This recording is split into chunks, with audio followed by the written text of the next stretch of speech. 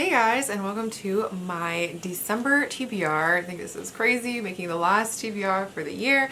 I'm really excited. I just can't wait to get to 2021 reads already. But first we have to make it through and survive the month of December. I have quite a few books picked out to read for the month of December. So my Goodreads goal right now, as of recording this video, I think is at 200 and I'm at like 179. I think there's a couple days left in the month of November. I'll probably finish like 2 more books maybe for this month, so I need to read around 20 books next month if I want to, for the first time and probably the only time ever in my life, because I've had so much free time with the quarantine and lockdowns this year, we'll hit 200 books read in 1 year, which is crazy to me that I even read that many, and I'm probably gonna have a terrible time at the end of the year trying to remember my thoughts about all these books, but that's a whole different other discussion. So for the month of December, I'm gonna try and get through 20 books like I said. I think I can. I've chosen some short books I want to get to, some books that I've already started in previous months that I'm wanting to finish. So let's just get into them. I'll show you guys first.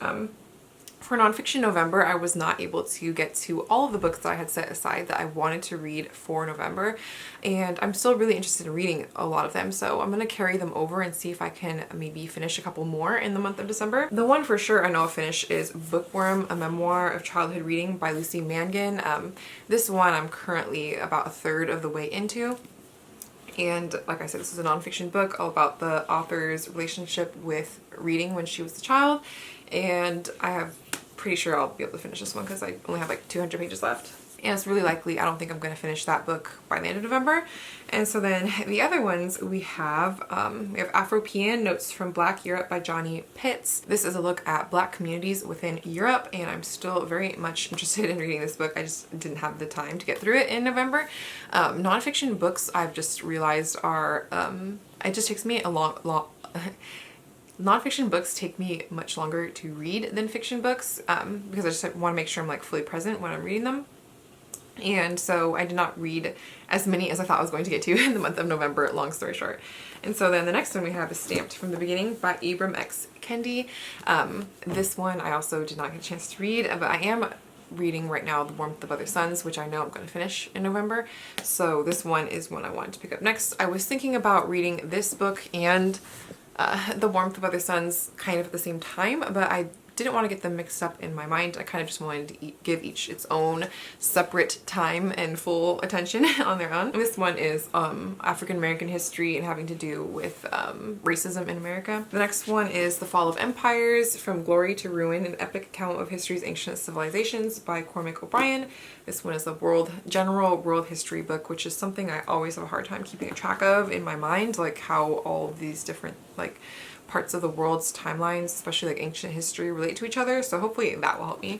And then we have Versailles by Tony Spofforth, a biography of a palace. This is all about the Versailles Palace in France. This book goes all the way back to 1789, looking at the history of this very well-known and notorious palace, a place I would one day like to visit, but for now, with COVID and everything, I'm just going to have to visit it through books, I guess. Those are the nonfiction November picks that I'm tentatively rolling over into December. And then next we have a couple of books that I've started earlier in the year that I'm hoping to finish. The first one is The Parisian by Isabella Hamad. This one I'm about a third of the way into. While I find it kind of interesting, I don't know, nothing is like super compelling me to dive back into this book, so I'm gonna see if maybe I am interested in it in December, and if not, then I'm probably gonna DNF it just because I'm gonna have forgotten way too much of what I read in the first third of the book, and I really don't want to go back and reread the first part, so that is hopefully, we'll see, gonna be finished in the month of December. And then we have an anthology, New Daughters of Africa. This is an international anthology of writing by women of African descent. This is edited by Margaret Busby, but there's a ton of Black women authors in here, such as S.A. Dugan, Roxane Gay, Nydia Okorafor, Zadie Smith. I'm about a third of the way into this book as well. It's not high priority. I just would love to be able to start 2021 without having any books that I'm currently reading on my TBR. So we'll see if I can get through this one. It's just so long. There's still like 600 pages left, and I don't want to rush it. I'm really enjoying my time reading it, and I put it down for a couple months, but I'm thinking I'm probably going to be in the mood to pick it back up again soon.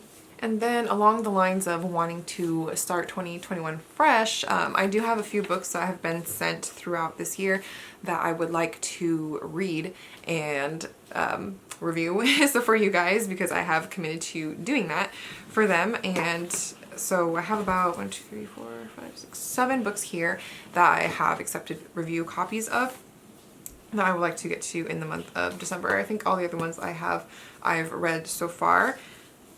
And I am very picky when it comes to accepting books for review. I do get a few emails a week usually about people asking me to review, usually it's their books personally, and most of the times I don't, just because I feel bad if I to give it a bad review if I don't like it. And also a lot of the times it's just like a book that reading the general synopsis and plots, it doesn't sound like something I'm interested in, and I already don't want to go into it really not interested, then I'm really going to probably give it not the best review.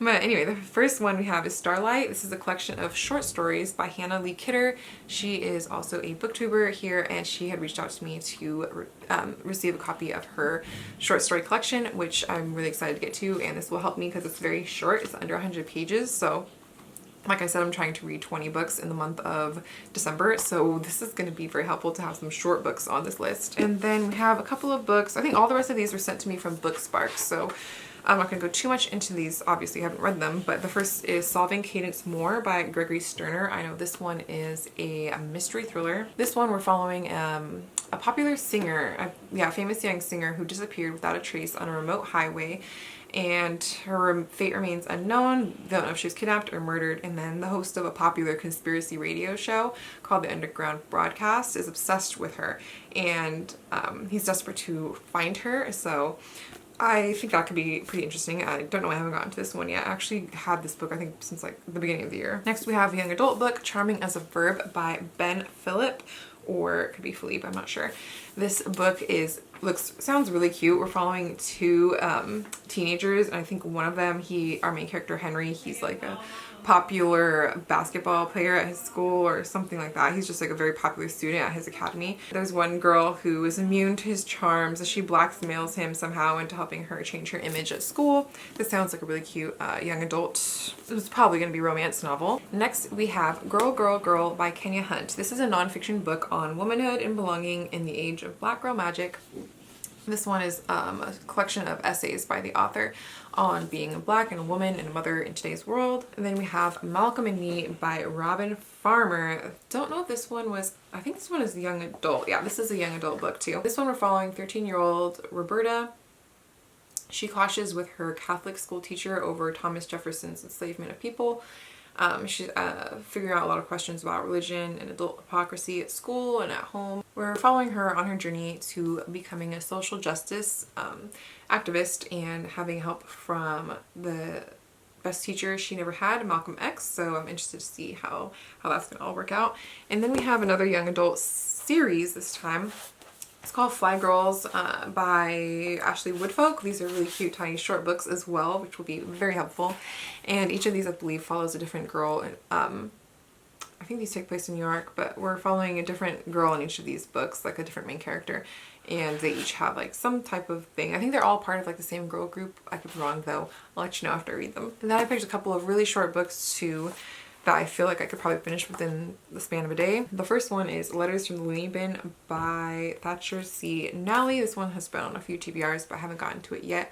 I believe this one takes place in the 70s in an asylum called Emerson Rose Asylum. And then the other one is a short essay collection. It's called The Incredible Shrinking Woman by Athena Dixon. This one is probably one of the best covers I've seen so far this year for sure.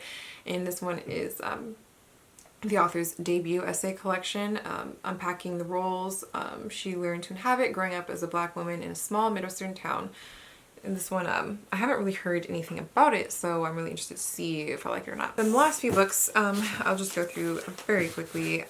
They're ones that have appeared on my TBRs at least a couple of times, I think, this year, and I really just want to get to them. The first one is The Trap by Melanie Rabe. This one is a mystery book.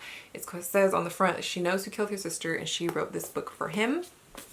And then we have The Rage of Dragons by Evan Winter. The sequel came out this month, so I definitely want to read the first one so I can get to the sequel if I really liked it. This is an epic fantasy book. And then the last but not least, we have The Crow Girl by Eric Axel Sund. This one is a Swedish crime thriller, and I think it has like some like mysterious thriller elements to it as well. This one is supposed to be, I've heard, more on the dark side, so I'm interested to see if I'm gonna like this one or not. So those are all the books that I'm planning on trying to get to for the month of December. Like I said, I'm trying to get to 20, we'll see. Let me know what your guys' reading plans are for the last month of the year, and that's it. This is my last TBR video for the year. I hope you guys enjoyed it, and I'll see you guys in the next one. Bye!